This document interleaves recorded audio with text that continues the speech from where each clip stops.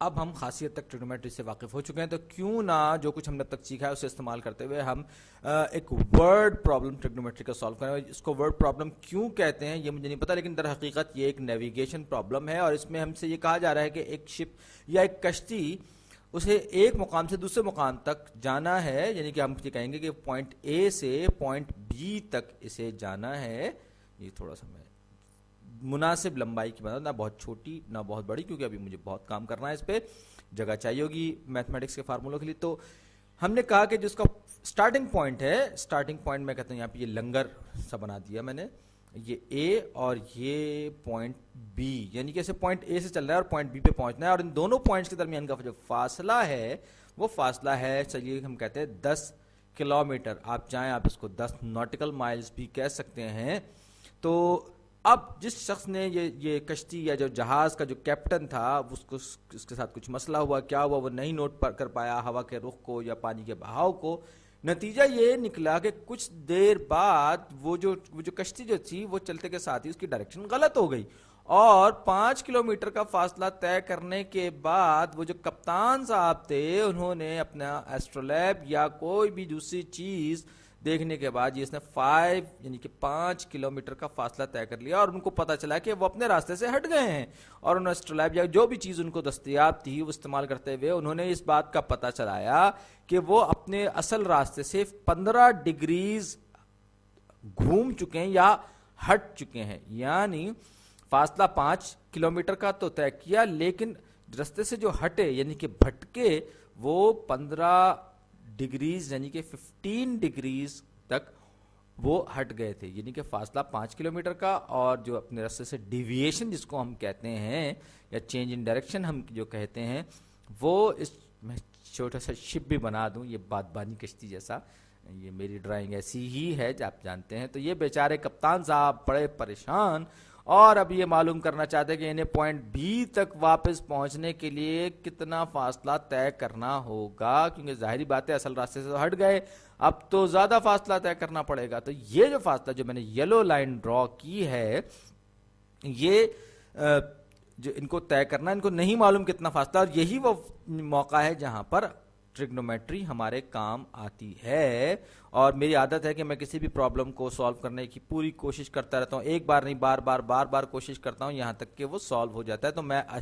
इस वीडियो में भी कुछ इसी तरह से करूंगा। तो ये 5 किलोमीटर का डिस्टेंस हमारे पास है, 15 डिग्री का डेविएशन हमारे पास है, 10 किलोमीटर का फासला एक्चुअल जो उसको तय करना था वो हमारे पास है। अब हम ये जो पॉइंट जहां पर ये कश्ती मौजूद है, हम जहां से एक परपेंडिकुलर ड्रॉ करेंगे उस एक्चुअल लाइन पे जो पॉइंट ओ और बी के दरमियान बन रही है, यानी परपेंडिकुलर का मतलब क्या हुआ, दोनों के दोनों एंगल्स जो हैं वो 90 डिग्रीज के हैं। अब ये वाली जो साइड है इसको मैं अलग कलर कर दूं, ये वाली जो साइड है जो एक्चुअल लाइन पर जिस रास्ते पर इसको जाना था इस पर वाक़े है, इसकी कुछ ना कुछ लेंथ होगी। मैं फर्ज कीजिए कि मैं ये कहता हूं कि ये जो लाइन है जो एंगल के साथ एडजेसेंट भी है, ये जो साइड है जो जिसमें ये भटका ये हाइपोटेन्यूज है, ये ट्राइंगल बन गई है हमारे पास एक राइट एंगल ट्राइंगल। तो यहां पर मैं कहूंगा एक बार फिर 100 का टोआ, ये मैं अपने आप को याद दिलाऊंगा कि मैं जब ट्रिग्नोमेट्रिक फंक्शन इस्तेमाल करने जाऊंगा तो 100 का टोआ मेरी मदद करेगा। तो मेरे पास हाइपोटेन्यूज है और मुझे ये मालूम करना है कि जो एडजेसेंट साइड है उसकी लंबाई कितनी है। तो इसके लिए मैं का इस्तेमाल करूंगा, यानी कि cosine is adjacent over hypotenuse. तो कोसाइन 15 डिग्रीज बराबर हो जाएगा, ये एडजेसेंट साइड को मैं कहता हूं ये इसकी लंबाई है x, लंबाई है इसकी x, यानी अगर ये अपने असली रास्ते पर होता तो ये इतना फासला तय कर चुका होता, जो कि इसने नहीं किया। इसके बजाय ये 5 किलोमीटर दूसरी डायरेक्शन में चलेगा जो कि इसका हाइपोटेन्यूज है। तो x ओवर 5 हो गया हमारे पास कोसाइन 15 डिग्रीज, और x is equal to 5 cosine 15 degrees हमारे पास एक चीज आ गई। एक और ट्रिक फंक्शन मुझे यहां पर इस्तेमाल करना है, और वो इस हाइट को या यूं कह के इस डिस्टेंस को जो भटकाव का परपेंडिकुलर फासला है, आप देख सकते हैं कि ये 15 डिग्रीज के एंगल के अपोजिट है। अपोजिट का मतलब क्या हुआ कि यहां पर जो ट्रिक फंक्शन या ट्रिग्नोमेट्रिक आइडेंटिटी में इस्तेमाल करूंगा उसमें हाइपोटेन्यूज और अपोजिट साइड को इन्वॉल्व होना चाहिए। तो इस सूरत में क्या होगा, इस सूरत में मुझे जरूरत होगी 100, यानी कि sine is equal to opposite over hypotenuse. मैं इसको कहता हूं ये y है, ये जो परपेंडिकुलर की लंबाई है, जो हाइट जो है वो y है या इसका लेंथ जो है y है, y is equal to 5 sine 15 degrees. ये मैंने बिल्कुल मैं वही तरीका किया जो मैंने पहले किया था। चलिए वो मैं स्टेप दोबारा लिख देता हूं कि sine 15 degree is equal to opposite over hypotenuse, यानी अपोजिट y है हमारे पास और हाइपोटेन्यूज की लेंथ हमारे पास है 5, ये 5 है। अब क्या होगा, अब ये होगा कि हम इसको दोनों साइड से क्रॉस जब मल्टीप्लाई करेंगे तो हमारे पास हो जाएगा y is equal to 5 sine 15 degrees. अब ये जो पीली वाली साइड है, क्या मैं इसको मालूम कर सकता हूं? सबसे पहले तो मैं ये नीचे जो फासला रह गया है असली, यानी उस स्ट्रेट लाइन पे जो कि असल रास्ता था, इसकी एक्चुअल लंबाई तो असल लंबाई इसकी 10 किलोमीटर थी, इसमें से x फासला समझ लीजिए कि ये अगर होता तो ये तय कर चुका होता, ये हम x यहां से मालूम करेंगे। ये जो साइड है इसकी लंबाई कितनी होगी, ये होगी z, अगर मैं इसको कहूं तो z is equal to 10 minus x के बराबर हो जाएगा। तो z की वैल्यू मुझे इन टर्म्स ऑफ x मालूम हो गई, और साथ ही साथ ये मैं इसमें क्योंकि हमने कोसाइन की ट्रिग्नोमेट्रिक फंक्शन इस्तेमाल किया था, तो 10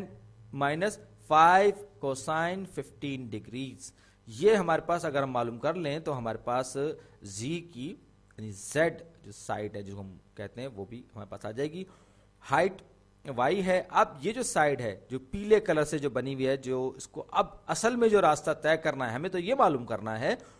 तो अब यहां पर हम मसला फिसागोरस यानी कि पाइथागोरियन थ्योरम भी इस्तेमाल कर सकते हैं बड़े आराम से। और मैं ये कहता हूं कि ये जो साइड है, इस साइड की लंबाई मैं कहता हूं फर्ज कर लीजिए m, ऐसी आर्बिट्रेरी लेटर ले लिया,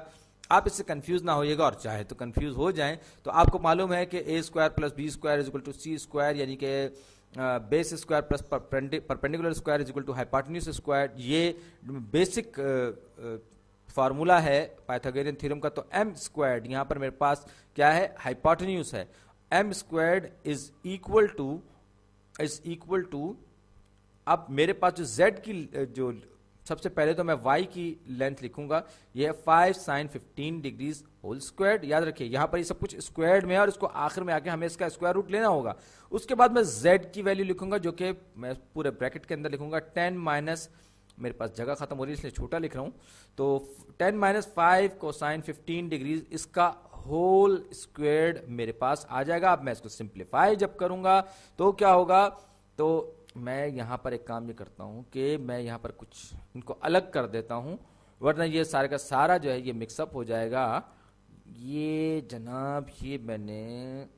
वैसे ही बहुत गंदी हो गई है, लेकिन और ज्यादा गंदा ना हो, कम से कम ये जो मैं लिखना चाह रहा हूँ आपस में मिक्सअप ना हो दूसरी चीजों के साथ। तो m स्क्वायर्ड की हम वैल्यू मालूम करना चाह रहे हैं अभी, तो यहां पर अब मैं एक्सपेंशन करूंगा हर चीज का, तो ये 5 साइन 15 डिग्रीज का होल स्क्वायर जो है ये हो जाएगा 25 साइन स्क्वायर 15 डिग्रीज, यानी कि